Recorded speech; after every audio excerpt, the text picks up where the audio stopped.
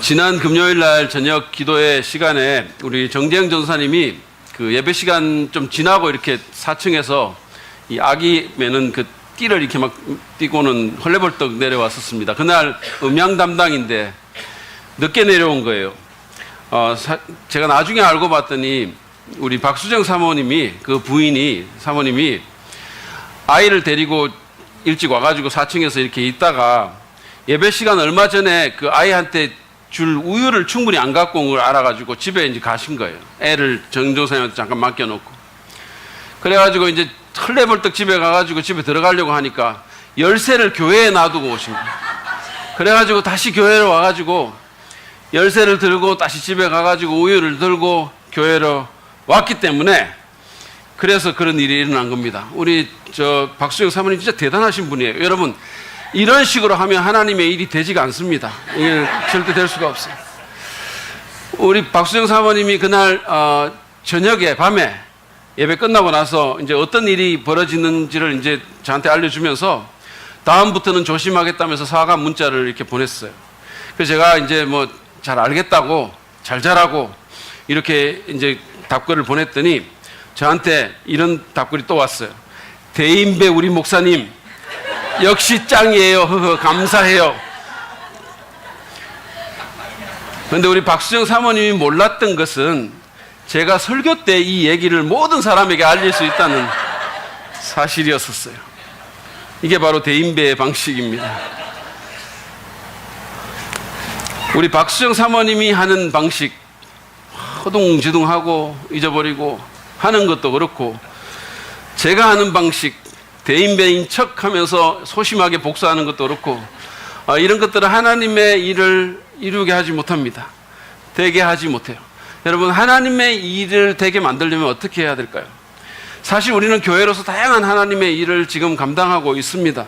복음을 전해서 사람들을 주님께 인도하려고 노력하고, 오늘 오후에 우리가 하는 것처럼 또 새로운 믿음을 가진 분들을 침례식을 하면서 또 교회에 더하게 하기도 하고, 목장 사역도 하고, 제자로서 양육하고, 다음 세대들에게 하나님의 귀중한 말씀을 가르치고, 또 우리 성도들을 위해서, 나라를 위해서, 열방을 위해서 중보기도도 하고 여러 가지 사역들을 합니다. 선교도 하고 구제도 하고, 또 주중에는 이웃을 위해서 작은 도서관 사역도 하고, 또 평생학습 마을 사역도 합니다. 그리고 이제 우리는 우리 모두의 마음과 헌신을 모아서 송정지구에 하나님의 집을 짓는 큰 일을 하고 있기도 합니다. 느헤미야 11장 말씀을 보면 재건된 예루살렘 성에 주민들을 새롭게 이주시키는 그런 또 큰 하나님의 일을 하는 기록이 적혀 있습니다. 여러분, 도시는 사람이 살아야 도시죠. 성벽만 재건한다고, 하드웨어만 있다고 도시가 되는 것은 아닙니다. 사실 느헤미야가 무너졌던 예루살렘 성벽을 재건한 것은 그 도시를 다시 하나님의 백성들이 살아가며 예배하는 그런 거룩한 터전으로 만들고 하나님의 거룩한 공동체로 세우기 위해서였습니다. 그래서 그는 7장에서 이 성벽 공사를 완공한 후에 사람들을 예루살렘으로 이주시키기 위해서 하나님의 감동으로 인구조사를 했다라고 말을 합니다. 그리고 이제 11장에서 그 일을 실제로 실행을 하는 겁니다. 오늘 우리는 이 본문을 보면서 하나님의 일을 되게 만들려면 어떻게 해야 할지 좀 생각해 보기를 원합니다. 자, 먼저 우리가 하나님의 일이 되게 만들려면 먼저는 누군가가 자원해서 헌신하고 희생해야 됩니다. 누군가는 그 일을 해야 됩니다. 오랫동안 항폐했던 예루살렘 성에 들어가서 사는 일, 그게 쉬운 일이라고 여러분 생각하십니까? 여러분 아마 별 생각 안 해보셨을 거예요. 여러분의 상상력을 발휘해서 한번 생각해 보세요. 느헤미야 7장 4절에 보면 느헤미야는 예루살렘을 성읍은 크고 넓으나 인구가 얼마 안 되고 제대로 지은 집도 얼마 없었다라고 그렇게 묘사를 합니다. 황량한 곳이었어요. 오랫동안 항폐했던 그곳입니다. 사람들도 별로 없고 집도 안 지어져 있고 편의시설도 없고 너무나 불편한 곳이었다는 거예요. 여러분 같으면 그런 곳에서 살라고 하면 사시겠습니까? 별로 살 어떤 시설이 제대로 되어 있지 않은데, 사람들도 별로 없는데 집도 안 지어져 있는데 거기서 하나님의 영광을 위해서 들어가서 살아라 그러면 사시겠어요? 그것도 실컷 잘 살고 있던 나의 안전지대를 떠나서 굳이 떠날 이유가 없는데 이사 가라고 하면 가시겠습니까? 근데 본문에 보면 그곳에 자리 잡은 사람들이 있었습니다. 1절 상반절을 보시죠. 백성의 지도자들은 예루살렘에 자리를 잡았다. 지도자들이 먼저 솔선수범을 한 거예요. 먼저. 제가 이 부분에 대해서는 몇 주 전에도 한번 여러분과 이 얘기를 나눴는데, 지도자들이 모범을 보이는 거 정말 중요합니다. 수년 전에 제가 이제 그 학교 방학을 끝내고 신학교에 이렇게 갔는데, 저희 제자 중에 한 사람이 파마를 해가지고 나타난 거예요. 그래서 왜 파마를 했냐고 이렇게 물었더니, 교수님이 파마한 걸 보니까 너무 멋있어가지고 자기도 파마를 했다는 거예요. 저는 제가 원래 멋있어서 멋있는 거지 파마를 해서 멋있는 게 아닌데, 이 친구가 뭔가 좀 착각을 한 것 같아요. 어쨌든 그래가지고 파마를 했다는 거죠. 근데 그가 정작 그 말을 했을 때는 제가 머리가 풀어져가지고 생머리가 됐거든요. 그러니까 저한테 하는 말이, 그냥 저는 자기가 그래가지고 파마를 했는데 교수님이 또 생머리가 됐으니까 파마를 풀어야 할지 어째야 할지 모르겠다고, 이런 말을 저한테 하는 거예요. 제가 그 말을 들으면서 누군가의 앞에 선다는 것이 정말로 얼마나 엄청난 일인가를 생각하게 됐어요. 이게 보통 일이 아니구나, 그런 생각을 하게 됐습니다. 여러분, 지도자는 솔선수범해서 정말 들어가고 싶지 않았을지 모르지만, 거부감이 들었을지 모르지만 그들은 먼저 예루살렘에 자리를 잡았습니다. 그런데 오늘 성경을 보면 지도자들만이 아니었어요. 2절에 보면 자원하는 백성들이 있었습니다.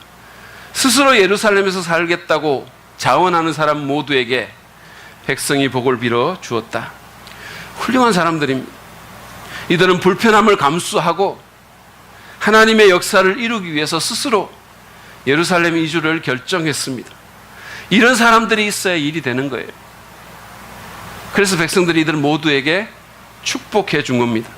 이런 축복을 받을 만한 충분한 자격이 있는 사람들이. 여러분은 어떠신가요? 필요를 보고 불편하더라도, 희생이 요구되더라도 하나님의 일을 하겠다고, 이루겠다고, 그래서 기꺼이 내가 여기 있다고 나서십니까?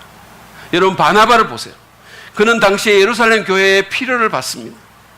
그리고는 누구도 강요하지 않았는데 자기의 밭을 팔아가지고 그것을 사도들의 밭 앞에 두었다라는 겁니다. 자발적인 헌신을 한 겁니다. 그래서 초대교회가 계속해서 전진해 나갈 수 있었던 것입니다. 얼마 전에 금요일 저녁 집회에 우리 교회에 오셨던 그 고재성 선교사님이라는 분, 여러분 기억나세요? 혹시 보신 분은 기억나실 겁니다. 이분은 사실은 저희가 2015년도에 그 우리 교단에 책 읽어주는 교회라는 교회가 있거든요. 근데 그 교회에 두 집사님들이, 그분들이 그때 사업을 해가지고 엄청 돈을 버신 거예요. 그러니까 이분들이 뭔가 목사님들을 섬겨주고 싶다는 생각이 들어가지고 정말 그것만 들여가지고 우리 교단에 속한 모든 목사님들, 사모님들 다 초청을 해가지고 베트남 관광을 시켜줬어요. 그래서 저희가 그때 다 가서 그 베트남을 둘러보면서 우리 모두가 필요를 느낀 거예요. 그게 뭐냐면 이 베트남이라는 이 도시에 정말 빠르게 성장하고 있고 수많은 인구가 살고 있는 이곳에 하나님의 복음이 필요하겠다라는 필요를 우리가 느낀 거예요. 선교사를 보내달라고 우리가 거기 가서 기도했습니다. 하나님, 여기에 선교사가 와야 됩니다. 하나님, 이곳에 복음이 전해져야 됩니다. 이 수많은 백성들에게 여기에 복음이 필요합니다. 그러고 우리가 왔거든요. 그런데 하나님께서 이 고재성 선교사님을 부르신 거예요. 그래서 그분이 담임 목사직을 조기 은퇴하고 베트남 선교사로 자신을 드린 겁니다. 60이 다 된 나이에. 여러분, 그 결정이 쉬운 결정이겠어요? 이제 말도 배워야 되는데, 살기도 너무너무 불편할 텐데, 거기다 공산국가인데, 여러분 같으면 거기 가시겠습니까? 그렇지만 그분은 세계 선교라는 하나님의 일을 위해서 자신을 드린 겁니다. 이처럼 하나님의 일이 되려면 누군가는 자원해서 희생해야 합니다. 헌신해야 됩니다. 그것이 없이는 어떤 일도 이루어지지 않는 거예요. 주님, 제가 여기 있습니다. 쟤를 보내소서. 이렇게 하면 안 되는 거예요. 하나님, 내가 하겠습니다. 그렇게 말하는 누군가가 있을 때 하나님의 일이 되어지는 겁니다. 여러분, 여러분의 예루살렘은 어디이고 무엇인지 한번 생각해 보세요. 정말로 힘들지만 가야 하는 곳, 불편함이 요구되지만 해야 하는 일, 여러분의 예루살렘은 무엇입니까? 불편과 어려움이 있더라도 자원함으로 희생해서 하나님의 일을 되게 만드는, 그래서 축복받는 여러분 되시기를 간절히 바랍니다. 두 번째로 우리가 하나님의 일을 되게 만들려면 우리는 하나님의 뜻에 따라야 합니다. 느헤미야는 예루살렘의 사람들을 이주시키기 위해 가지고 지도자들에게 또 자원자들에게 호소하고 그들의 헌신을 받았지만 그것만 하지는 않았어요. 그는 나머지 백성들에게 주사위를 던지게 해서 10분의 1을 그곳으로 가게 만듭니다. 1절 하반절을 보시죠. 나머지 백성은 주사위를 던져서 10분의 1은 거룩한 성 예루살렘에서 살게 하고 10분의 9는 저마다 자기의 성읍에서 살게 하였다. 11조 원리를 적절하게 사용한 겁니다. 어느 마을이나 성읍에서 10분의 1 정도의 인구를 빼오는 것은 그 마을에 큰 어려움을 끼치지는 않죠. 그렇지만 여러 마을에서 10분의 1의 인구를 모으게 되면 한 도시는 확충되게 되는 겁니다. 그 인구가 채워지게 되는 거죠. 그는 그렇게 해서 예루살렘의 인구를 채우게 된 겁니다. 여기서 세 번역이 주사위를 던졌다고 번역한 것은 개역개정에 보면 제비를 뽑았다고 이렇게 되어 있는데, 이 제비를 뽑는 것은 이스라엘 백성들 가운데서 하나님의 뜻을 구하는 수단으로 오랫동안 사용이 된 것입니다. 사도행전 1장을 보면 가룟 유다의 숫자를 채울 12사도를 채우기 위해서 뽑는데 사람들이 기도하고 제비 뽑았다라고 되어 있습니다. 따라서 느헤미야가 사용했던 이 방법은 그 당시에 이스라엘 백성들 가운데서 이것은 하나님의 뜻을 구하는 것이구나라고 이해가 되었을 것입니다. 그리고 그 결과에 따라서 10분의 1이 예루살렘으로 이주해서 살게 된 겁니다. 말하자면 하나님의 뜻에 그들이 순종하게 된 것입니다. 하나님의 일을 되게 하기 위해서 우리는 이처럼 하나님의 뜻에 순종할 필요가 있습니다. 제가 이전 교회에서 저력자로 있을 때였었어요. 그 어느 교회에서 제가 이제 담임 목회자로 좀 와줬으면 좋겠다고 저를 이렇게 부른 거예요. 제 의중을 물었습니다. 제가 몇 번 그 교회 설교하러 갔는데 그 교회 성도들이 저를 아주 좋아하셨고, 그리고 저도 거기 가고 싶은 마음이 생겼어요. 정말 이렇게 마음에 부담이 막 생기는 거예요. 목자 없는 양 같은 그 사람들에게 막 부담이 막 생겨서 가고 싶더라고요. 그래서 제가 그 당시에 담임 목사님에게 이제 그 말씀을 드리면서 그분의 이제 조언을 구했어요. 그랬더니 그분이 제 얘기를 듣고는 바로 제게 하는 말씀이, 이 목사님 하나님 뜻 아닙니다. 가지 마세요. 이러더라고요. 제가 좀 황당했었어요, 사실은. 그리고 왜 아닌지를 좀 묻고 싶었어요. 근데 그럴 수는 없었고, 그래서 제가 사랑의 교회 수양관에 가서 며칠 동안 제가 금식하면서 기도를 했어요. 거기서 제가 얻은 결론이 뭐냐면, 상황이 어떻든 이유가 어떻든 내가 모시고 있는 담임 목사님이 반대하는데, 그런데도 불구하고 가는 것은 하나님 뜻이 아니다라는 결론을 제가 내렸어요. 그래서 저는 그 논의를 없는 것으로 하고 못 가겠다라고 말하고, 그리고 그 예전에 섬기던 그 교회에 그냥 머물렀습니다. 여러분, 제가 당시에 하나님의 뜻에 따른 것이 감사하지 않으십니까? 예? 제가 그냥 그 당시에 갔으면 저는 여기 없고 거기 있었을 거예요. 그냥 거기 가지 그랬냐 이런 표정으로 저는. 여러분, 하나님의 일은 그저 내 생각이나 욕심이나 또는 어떤 효율성만을 고려해서 되는 일이 아닙니다. 내키지 않더라도 그것이 하나님의 뜻이면 해야 하고, 하고 싶더라도 하나님의 뜻이 아니면 하지 말아야 됩니다. 왜냐하면 그것이 또 우리에게 최선이기 때문이에요, 사실은. 그래서 하나님의 일을 할 때는 기도하고 말씀 보면서 신중하게 결정할 필요가 있어요. 왜냐하면 말씀에 하나님의 일반적인 뜻이 나와 있고, 기도하면서 구체적인 뜻을 분별할 수 있기 때문이에요. 하나님 뜻이 무엇인가를 생각하며 그 뜻에 순종하는 우리 되기를 원합니다. 제가 그런 맥락에서 여러분, 하나님의 교회를 섬기고 세우는 일이라면 그것은 거의 하나님의 뜻이라고 보시면 됩니다.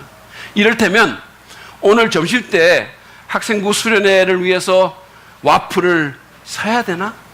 지난주에도 샀는데 또 사야 되나? 혹시 그런 분 있으시면 그냥 사십시오. 하나님 뜻입니다. 근데 그것만 사지 말고 우리 사랑 ING에서 커피까지 사서 그 와플과 함께 드십시오. 그것은 우리 문현숙 사모의 뜻이에요. 아무튼 우리가 기도와 말씀을 통해서 그리고 영적 지도자의 조언과 환경을 통해서 하나님께서 당신의 뜻을 여러분에게 제게 보여주실 때 순종할 수 있어야 되겠습니다. 그럴 때 하나님 뜻이 이루어지는 거예요. 하나님 일이 되게 되는 것입니다. 세 번째로 우리는 하나님의 일을 되게 만들기 위해서 지도력을 존중하면서 질서 있게 일을 해야 합니다. 느헤미야 11장 3절부터 24절을 보면 예루살렘의 자리를 잡은 거주민들의 명단이 쭉 열거되어 있어요. 3절부터 9절까지는 지방의 지도자들, 그리고 10절부터 14절은 제사장들, 그리고 15절부터 18절까지는 레위 사람들, 그리고 19절부터 21절까지는 성전 문지기와 막 일꾼들, 그리고 22절부터 24절까지는 페르시아 왕에게 봉사하는 사람들의 명단이 있습니다. 근데 이 명단은 간접적으로 느헤미야의 탁월한 리더십과 행정 능력을 보여주는 것이라고 저는 생각합니다. 이 명단에 보면요, 여러 사람들이 맡은 다양한 직무들이 포함되어 있어요. 그것은 총독인 느헤미야가 예루살렘을 질서 정연하고 체계가 잘 잡힌 도시로 만들기 위해서 사람들을 아주 기술적으로 배치하고 책임을 맡긴 것의 결과입니다. 여러분, 사실 한 도시를 운영한다는 게 그게 쉬운 일이겠습니까? 그게 아무리 작은 단체라도 어떤 단체의 지도자가 된다는 것은 쉬운 일이 결코 아니에요. 우리가 그냥 이렇게 밑에서 보고 비판하기는 쉽죠. 그렇지만 하는 것은 절대 쉽지 않아요. 하물며 한 도시일까요? 누군가는 12절에 쓰인 것처럼 거룩한 성의 성전의 일, 다시 말해서 희생 제물을 준비하고 드리는 일을 도와야 했습니다. 또 다른 누군가는 14절에 쓰인 것처럼 도성을 방어하는 일을 해야 했습니다. 그런가 하면 17절에 나온 것처럼 찬양대를 인도하는 사람, 16절에 보는 것처럼 성전 바깥 일을 하는 사람, 19절에서 보는 것처럼 성전 문지기를 하는 사람, 22절에 쓴 것처럼 성전 사역 전체를 감독하는 사람, 이 모든 사람이 필요했던 거예요. 그리고 24절에서 나온 것처럼 페르시아의 왕궁에서 유대인들의 이익을 왕에게 대변할 사람도 필요했던 것입니다.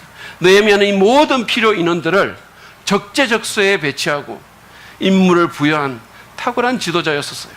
사람들은 그의 지도력을 존중하면서 배치된 곳에서 부여받은 일을 신실하게 질서 있게 감당했을 것입니다. 여러분, 일이 잘 되기를 원한다면 다른 일도 사실은 그렇겠지만 하나님의 일은 더욱 질서 있게 행해져야 됩니다. 왜냐하면 우리 하나님은 무질서의 하나님이 아니시기 때문이에요. 하나님은 온 우주, 이 무질서했던 우주를 말씀 한마디로 딱 질서를 잡으신 분이세요. 하나님은 질서의 하나님이십니다. 여러분, 예수님께서 보리떡 5개와 물고기 2마리로 남자 어른만 5,000명을 먹이셨을 때, 남자 어른만 5,000명이니까 그 부인들, 아이들 하면 최소한 15,000명은 되지 않겠어요? 그 사람들을 보리떡 5마리와 물고기 2마리로 먹인다는 건 보통 일이 아니잖아요. 이게 불가능한 일이죠, 사실은. 근데 그것을 행하셨을 때 예수님께서 어떻게 하셨는지 아세요? 50명씩 사람들을 딱 오가나이저를 시켰어요. 50명씩 앉혀놓고 그 일을 했습니다. 그리고는 다 먹은 것을, 다 먹고 난 후에는 남은 것들을 수거하고 12바구니 가득 남았다고 정확하게 그 수량을 파악하고 확인하셨던 겁니다. 여러분, 예수님은 이런 분이셨어요. 예수님 멋있지 않으십니까? 예수님 말합시다. 예수님 짱 멋있어요. 네, 짱 멋있습니다, 진짜로. 여러분, 우리가 부서 사역을 하거나 목장 사역을 하거나 팀 사역을 하거나 모든 성도는 세워진 지도력을 존중하면서 그 안에서 질서 있게 그 일을 하도록 노력해야 됩니다. 제가 대학 시절에 그룹 사운드를 하면서 그 MBC 방송국과 함께 그 소백산 자락에 이렇게 있는 어떤 부대를 위문 공연 간 적이 있어요. 그래가지고 이제 갔는데 그 부대가 산 굉장히 높은 데 이렇게 위치한 부대였었어요. 제가 무슨 부대인지는 잊어버렸는데 하여튼 이게 아주 좀 특수한 부대였었어요. 그래가지고 거기에 이렇게 여러 부대에서 차출이 돼가지고 사람들이 파견 나와가지고 한 곳에 이렇게 머물러서 어떤 일을, 기술적인 일을 하는 그런 독특한 부대였었어요. 그러니까 보통 군대 가면 일사불란하고 막 그런데 이 부대는 여러 부대에서 이렇게 어떤 전문적인 일을 하는 사람들이 모여있기 때문에 그런 게 없었어요. 그래도 이제 우리가 가가지고 유문공연을 해야 되니까 서로 모아야 되잖아요. 사람을 모았어요. 근데 이 모으는데 안 모이는 거야. 군인인데 잘 안 모여요. 말도 잘 안 들어요. 겨우 모아가지고 그래서 그 지휘관 하나가 이렇게 앞에 서가지고 병사들이 이렇게 막 이렇게 서 있는데 그 중에 하나를 이렇게 앞에 딱 보면서 기준 이랬거든요. 그럼 보통 군대에서 이렇게 기준 딱 잡으면 기준 이러잖아요. 그러니까 이게 기준 이렇게 하는데 그 지휘관이 이 사람 상사는 아닌 것 같았어요. 하여튼 다른 부대인지. 그 얘가 하여튼 안 하고 싶어 하는 거, 어영부영하고 이러는 거예요. 그리고 그 옆에 있는 군인이 이 사람을 노려보더니 하는 말이 제가 그대로 인용합니다. 기준이 역 같아서 그래! 이러는 거예요. 그러면서 그러더니 하는 말이 자기가 기준! 이러는 거예요. 이 사람한테 기준을 시켰는데 옆에 있는 사람이 기준! 그랬어요. 그리고 그것과 함께 사방에서 동시다발적으로 손을 들면서 다 기준! 기준! 기준! 그러는 거예요. 자기가 서 있는 거 다 기준이에요. 완전 엉망진창이었었어요. 난장판이었어요. 이런 군인을 위문을 해야 되나 이런 생각이 들었어요. 여러분, 우리는 하나님의 일을 이런 식으로 하면 안 됩니다. 하나님은 결코 무정부주의를 옹호하지 않으셨어요. 여러분, 성경을 잘 보세요. 성경을 보면 하나님이 어떤 일을 하실 때 언제나 지도자를 먼저 세우고 그 리더를 통해서 하나님이 일을 하셨어요. 리더십을 존중하고 그 안에서 질서 있게 일하시기 바랍니다. 뿐만 아니라 여러분 가운데서 리더로 섬기시는 분들은 모범을 보이는 가운데 최선을 다해서 체계를 잡고 우리가 준비해야 돼요. 리더들은 미리 준비하고 체계 잡고 그리고 사람들의 필요를 잘 살펴서 그들이 질서와 하나됨과 기쁨 가운데 일할 수 있도록 그렇게 도와야 됩니다. 그래야 하나님의 일이 제대로 되는 거예요. 네 번째로 우리가 하나님의 일이 되게 하기 위해서는 누구도 차별하지 말아야 합니다. 25절부터 36절을 보면요, 예루살렘이 아닌 다른 마을과 촌락에 있는 그런 사람들의 그 유다 자손과 베냐민 자손의 기록이 나와 있습니다. 제가 25절과 30절 두 구절만 읽겠습니다. 25절입니다. 마을과, 여러분 같이 한번 읽어볼까요? 시작. 마을과 거기에 딸린 들판은 이러하다.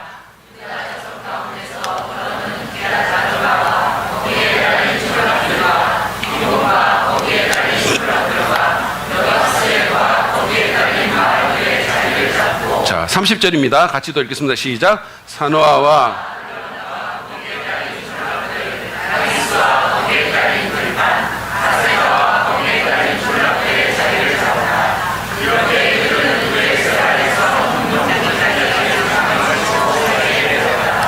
자, 이 사람들은 예루살렘의 자리를 잡지 않은 사람들이에요.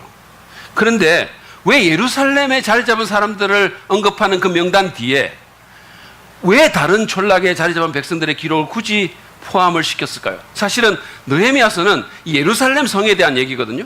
그런데 왜 그 바깥에 있는 사람들의 기록까지도 여기에 포함시켰을까요? 그 의도 중에 하나는 하나님의 백성 그 어느 누구도 이류로 여겨져서는 안 된다는 거예요.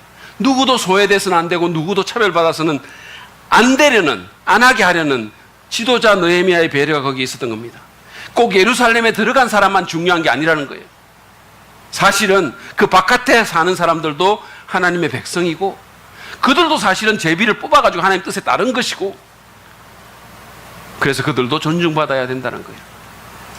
여러분, 우리는 하나님의 일을 하면서 누군가를 차별하거나 이유로 만들어서는 안 됩니다. 누군가를 소외시켜서는 안 되는 거예요.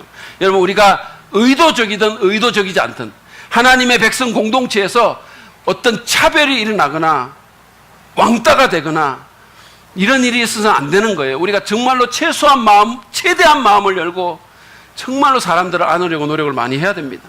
우리가 범할 수 있는 정말 악한 죄악이 뭐냐면 텃세 부리는 거예요. 그리고 차별하고 왕따시키는 거예요. 모르고 처음 온 사람이 자기 자리에 앉았다고 화를 내고, 아니 거기 자기가 산 자리입니까? 우리 교회에서 그렇다는 게 아니고 그런 일이 있을 수 있다는 거예요. 앞으로 우리가 송정지구에 가면 많은 새로운 분들이 이제 오실 것을 우리가 기대하고 있는데, 여러분 거기 가서 정말로 이렇게 이게 나누지 마시기를 바랍니다. 나는 상가파야, 이거 왜 이래? 이런 식으로 나오면 안 된다는 거예요. 당신 상가에서 개고생 해봤어? 비상가파 주제에 왜 이래? 뭐 이렇게 되면 곤란해지는 거예요. 자기 건물 갖고 들어가면 이런 일이 생긴대요. 상가파, 비상가파로 나눠지고,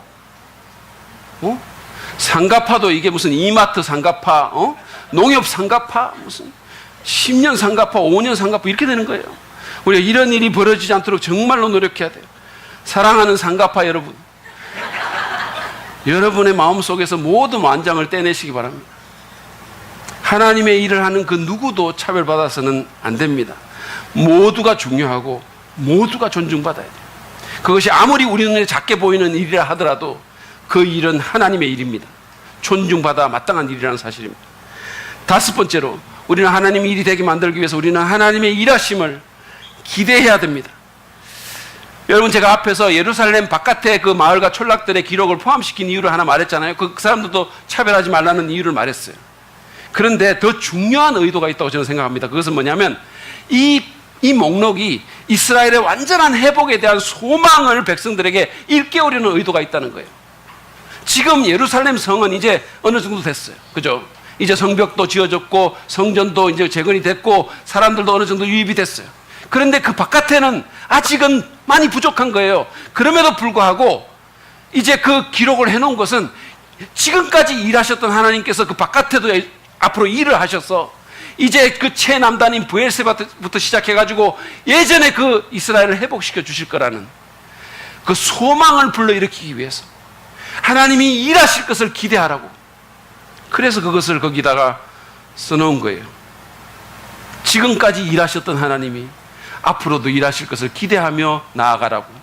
자, 예루살렘은 채워지지 않았냐고, 이제 브엘세바에도 사람이 살지 않냐고, 그러면 저 북쪽에도 사람이 가야 되지 않겠냐고. 하나님이 일하실 거라고. 여러분, 하나님의 이런 몇몇 종교적인 사람들이 모여가지고 하나님 깃발 걸어놓고 그냥 일하는 차원에 그치지 않습니다. 하나님의 일이라는 것은 하나님을 위한 일이고 하나님에 속한 일이기도 하지만 하나님의 일은 하나님이 하시는 일이에요. 하나님이 그 일을 하십니다. 물론 우리를 통해서 대부분 그 일을 하시죠. 그렇지만 하나님은 우리 인간의 차원을 훌쩍 뛰어넘어서 우리 인간이 할 수 없는 일을 그분이 하시는 거예요. 그러면 우리는 그 하나님의 일하심을 기대하면서 일해야 됩니다. 여러분, 생각해 보세요. 그 누가 2000년 전에 그 무식한 어부들 또는 부패한 세리들로 구성된 그 형편없는 사람들이 로마 제국을 뒤집어 엎을 것이라고, 전 세계 역사를 바꿔놓을 거라고 누가 생각이나 했겠어요? 제가 지난주에 이제 컴패션에 가서 이렇게 설교를 하고 왔잖아요, 직원들한테. 저는 서정희 목사님을 그 컴패션에 있기 전부터 아는 사람이라 처음에 시작할 때 그게 얼마나 초라하게 시작했는지 잘 알아요. 사람 3명 데리고 했었어요. 근데 이번에 제가 갔는데 보니까 직원이 170명입니다. 직원만. 하나님께서 일하신 거예요. 수많은 자원봉사자들이 일어났고 전 세계 수많은 아이들이 그 컴패션을 통해서 꿈을 찾았고 생명을 찾았고 주님을 만나게 된 거예요. 하나님이 일하신 겁니다. 여러분, 우리 교회도 보세요. 우리가 지금 오늘 간증도 들었지만 사실은 우울증과 자살 충동에 시달리고 하나님의 존재 자체도 부인하고 기독교에 대한 반감만 가득한 젊은이가 예수님을 주님으로 고백할 것이라고 누가 상상이나 했겠습니까? 그가 침례받고 정말 믿음을 고백할 거라고 누가 생각이나 했겠어요? 그분들이 처음 왔을 때 제가 정말, 여러분들은 안 보셨잖아요. 저는 여기서 처음 온 날 그 얼굴을 봤거든요. 정말 그 얼굴이 정말로 우울했었어요. 정말 이거는 죽는 사람 얼굴 같았어요. 내가 그거 보고 야, 이건 안 된다 이런 생각이 들 정도였었어요. 그 부인은 좀 나았을까요? 부인도 별로였었어요. 근데 정말 하나님이 일하신 겁니다. 저도 사실 처음에는 솔직하게 좀 의욕을 갖고 정말 이렇게 막 도우려고 노력을 많이 했었어요. 근데 한 1년쯤 지났는데도 계속 반발하고 계속 의문을 표하니까 제 마음이 포기가 되는 거예요. 야, 저 형제는 정말 어렵겠구나. 진짜 안 되는 사람이 있는가 봐. 이런 생각이 막 들면서 그냥 하나만 건진 걸로 만족하자. 뭐 이런 생각까지 막 드는. 근데 하나님께서 우리를 뛰어넘어서 그 삶과 그 마음 가운데 일하신 겁니다. 하나님이 일하신 거예요. 저는 우리 교회 건축 일에도 하나님이 일하셨다고 믿습니다. 제가 시간이 없어서 다 일일이 말 못하지만 이 건축의 여정마다 하나님의 기이한 일하심이 있었어요. 제가 나중에 언젠가 간증할 기회가 있기를 바랍니다. 여러분, 우리는 이게 그냥 사람들끼리 모여가지고 인간 차원에서 어떤 일을 하는 게 아니라는 사실을 기억할 필요가 있어요. 하나님이 일하심을 기대해야 됩니다. 하나님께서는 능치 못할 일이 없는 거예요. 여러분, 혹시 자녀 문제로 상심하고 있습니까? 배우자가 믿음을 계속해서 거부하세요? 사역이 잘 안 풀리십니까? 여러분의 마음이 정말 여러분이 생각해도 말도 안 되는 그런 상황 가운데 있습니까? 하나님은 하실 수 있어요. 내게서 눈을 들어 그분을 바라보시기 바랍니다. 그분을 온전히 신뢰하십시오. 하나님은 믿으라고 있는 분이세요. 그러므로 그분의 일하심을 기대하는 저와 여러분 되기를 바랍니다. 마지막으로 우리가 하나님의 일을 되게 만들려면 우리는 하나님의 보상을 바라며 일해야 됩니다. 보상을 바라보고 일해야 되는 거예요. 느헤미야서는 리스트로 가득 차 있어요. 여러분 보셨겠지만 오늘 본문인 11장도 거의 사람들의 이름으로 채워진 목록입니다. 그런데 12장 1절부터 26절에 보면요, 거기는 또 심지어 1차 귀환자들의 명단까지 실려 있어요. 여러분 12장 1절하고 제가 7절만 읽어드릴게요. 스알디엘의 아들 스룹바벨과 예수아를 따라서 함께 돌아온 제사장과 레위 사람들은 다음과 같다. 제사장은 스라야와 예레미야와 아스라와 7절입니다. 살루와 아목과 힐기야와 여다야이다. 이들은 예수아 때의 제사장 가문의 우두머리와 그 동료들이다. 그리고 8절 9절에는 그 당시에 레위인들이 구체적으로 무슨 일을 했는지도 적었어요.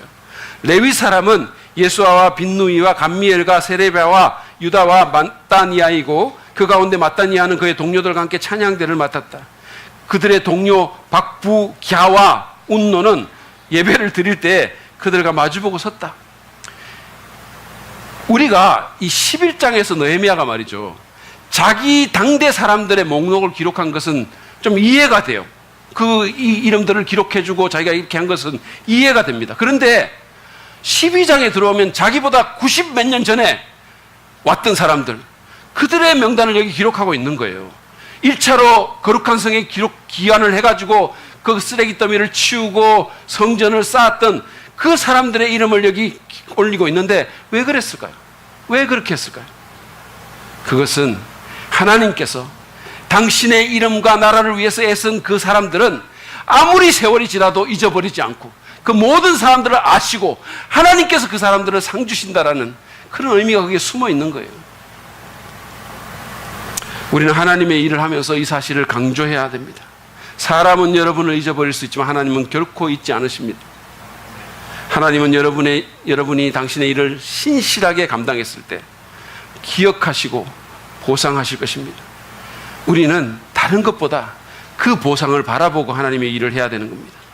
여러분, 우리가 이 땅을 살면서 전도하고 양육하고 가난한 사람들을 예수의 이름으로 섬기고 선교사를 후원하고 교회를 세우는 등의 하나님의 일을 하는 것은 결코 쉬운 일이 아닙니다. 때때로 지칠 때가 있어요. 사람들이 몰라줄 때 속상할 때도 있어요. 바보짓을 하는 것처럼 생각될 때도 있어요. 그 일을 하면서 오해와 갈등에 휘말릴 수도 있어요. 희생해야 되고 손해볼 수도 있습니다. 그럼에도 우리가 계속해서 이 일을 해야 하는 것은 하나님께서 그 모든 수고를 아시고 기억하시고 보상하실 것이기 때문입니다. 물론 많은 경우에 그 보상은 가시적이거나 물질적인 차원만은 아니에요. 옛날에 김진홍 목사님이라는 분이 청계천에서 그 빈민들하고 사역을 할 때 그 교회 집사님들이 이 빈민 출신이라 옛 성질이 아직도 이렇게 잘 지워지지 않은 사람들이 수가 틀리면 자리를 팍 차고 그냥 확 일어나면서 했던 말이 있어요. 언놈 월급 받고 집사 하나 때리 찹라 이러고 일어난다는 거예요. 여러분, 집사한다고 목자한다고 아이들 가르치는 교사한다고 월급 받는 거 아닙니다. 그렇지만 돈으로 계산할 수 없는 보상이 있어요. 분명히 있습니다. 뿐만 아니라 가장 좋은 보상은 즉각적으로 오지 않아요. 마시멜로 이야기라는 책에서 말한 것처럼 우리가 하나님의 일에 헌신하겠다는 것은 마시멜로를 당장 먹겠다는 게 아니라 좀 늦게 먹겠다는 거예요. 나중에 먹겠다는 겁니다. 즉각적인 만족이 아니라 지연된 만족을 하겠다는 얘기예요. 그것이 참으로 지혜로운 사람의 특징입니다. 지금은 힘들 수 있지만 하나님은 여러분의 수고를 잊어버리지 않고 그 일에 힘쓴 모든 사람에게 영원토록 마시멜로를 공급해 주실 것입니다. 제가 이번에 컴패션 채플에 가가지고 서정인 목사님하고 교제를 하면서 새로 이제 부임할 비서에 대한 얘기를 들었어요. 이분이 이제 그 이하여대 비서학과를 졸업을 하고 영국인가 어디 가가지고 공부를 더 하고 모건 스탠리라고 아시죠? 거기서 아주 탑 자리에 있었대요. 굉장히 높은 자리에. 그랬는데 이 사람이 이제 40대 후반의 여성인데 이 컴패션이라는 단체에 마음을 두고 이제 여기 비서로 지원을 했는데 희망 연봉을 적으라고 하니까 컴패션에서 제시하려고 했던 것보다 더 낮은 연봉을 적더라는 거예요. 컴패션에서 주는 연봉도 그분이 받을 연봉이면 턱없이 부족한데 그거보다 더 낮은 연봉을 적더라는 겁니다. 그래서 우리가 그 얘기를 하면서 모두가 하나같이 입을 맞춰서 얘기했어요. 돈 보고 일하는 게 아니야. 그분은 돈 보고 여기 온 게 아니야. 이런 말을 했어요. 여러분, 하나님의 보상을 바라보고 일합시다. 예수님은 자기 앞에 놓여있는 기쁨을 내다보고 십자가를 참으셨다고 했습니다. 하나님은 그 예수님을 지극히 높으셔서 하나님의 보좌 오른쪽에 앉히셨어요. 기억하십시오. 하나님은 여러분의 수고를 아십니다. 여러분이 주의 이름을 위해서 행한 그 작은 일들 하나하나를 주님은 결단코 잊어버리지 않으십니다. 그리고 보상하실 것입니다. 영광스럽게 영원토록 보상해 주실 것입니다. 바울은 죽은 자의 부활에 대한 긴 논의를 끝내면서 고린도전서 15장 58절에서 이렇게 권면합니다. 그러므로 나의 사랑하는 형제 자매 여러분, 굳게 서서 흔들리지 말고 주님의 일을 더욱 많이 하십시오. 여러분이 아는 대로 여러분의 수고가 주님 안에서 헛되지 않습니다. 그렇습니다. 여러분의 수고가, 저의 수고가 주님 안에서 결코 헛되지 않습니다. 그 주님 바라보고 끝까지 주의 일에 충성하는 저와 여러분 되기를 바랍니다. 오늘 우리는 하나님의 일을 되게 만드는 여섯 가지 원리에 대해서 생각해 봤습니다.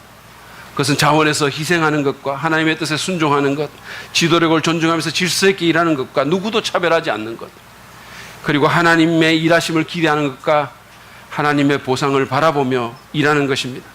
이 가운데 여러분에게 특별히 필요한 것은 무엇입니까?